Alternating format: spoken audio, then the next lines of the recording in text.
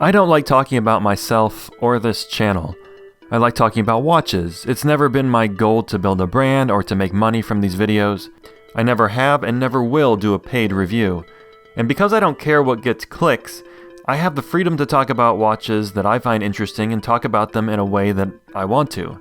Case in point, the Monta Noble, an understated watch from a small American brand. A watch and a brand I find interesting and many of you have probably never heard of. So let's get into it.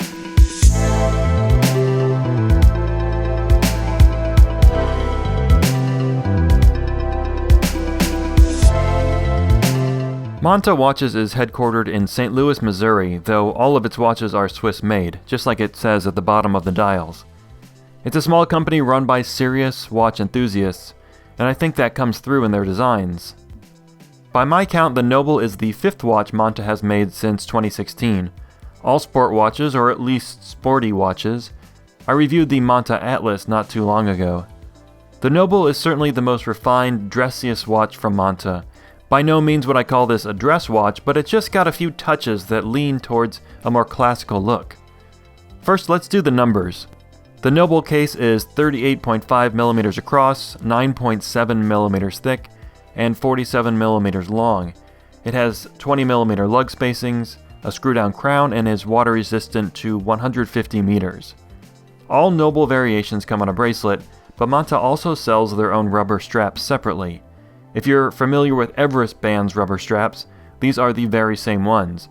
I think they're the best around. The blue and silver dial watches list for $1,760, and the gray anthracite will also sell for that price in August when it's released, but during the pre-order period it costs $1,600. The Noble has many of the trademark design elements that you'll find in other Monta watches, and that's good because I like a lot of them. The case is brushed on the sides and the lugs, and it's nicely accented with a polished beveled edge on both the outside and the inside of the lugs. It's a detail you don't see that often, and especially not on watches under $2,000. Like all Monta watches, the dial markers are applied, polished, and on the Noble, all the markers are filled with lume. Like all Monta watches, the date window is at 6 o'clock, because the people at Monta are decent humans who know that a bad date placement is basically a hate crime. The bracelet is in the oyster style and is fully articulating. Every section has 2 joints. The clasp is a real treat. It has a tool-free adjustment system.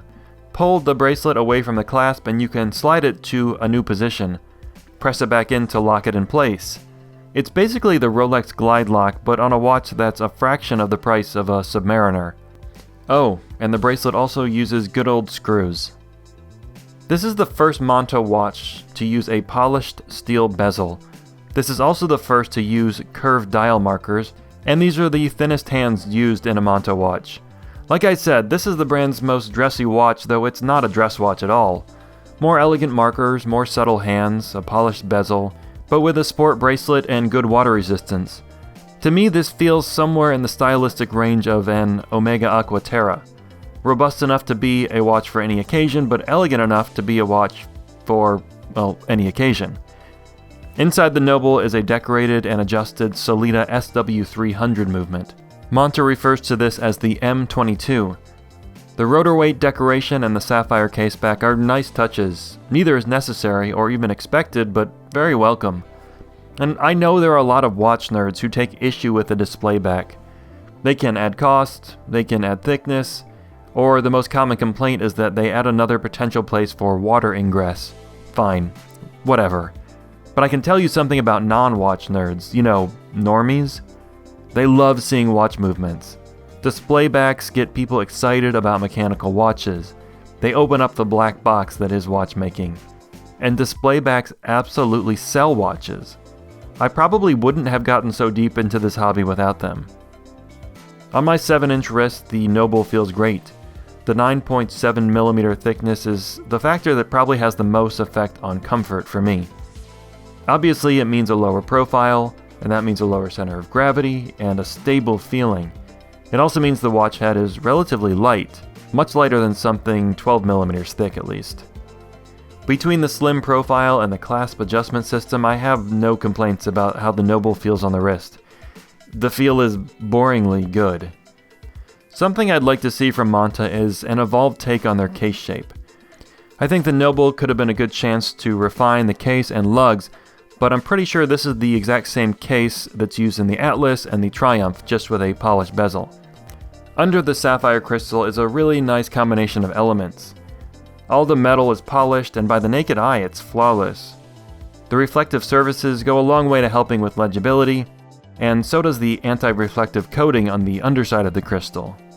As for the dials themselves, the blue and gray are dégradé dials, meaning they're darker at the edges. They also have a subtle sunray finish that's more apparent on the gray. The silver dial has a very nice subtle effect. It's definitely not white, there's a sheen to it that I'm probably not capturing in this video. This new gray dial option, the anthracite, this is my favorite of the three. It's interesting to see Monta leaning just slightly into dressier watches. I think it makes sense. I think there's a market for it. It seems like a positive evolutionary step for this young, small brand. Like I said, this channel exists to share interesting brands and watches like this. I get that the masses want to see videos of iced out Pateks and unattainable Rolexes, but fuck the masses. This channel is meant for a more curious, more thoughtful audience. And I think this watch is too.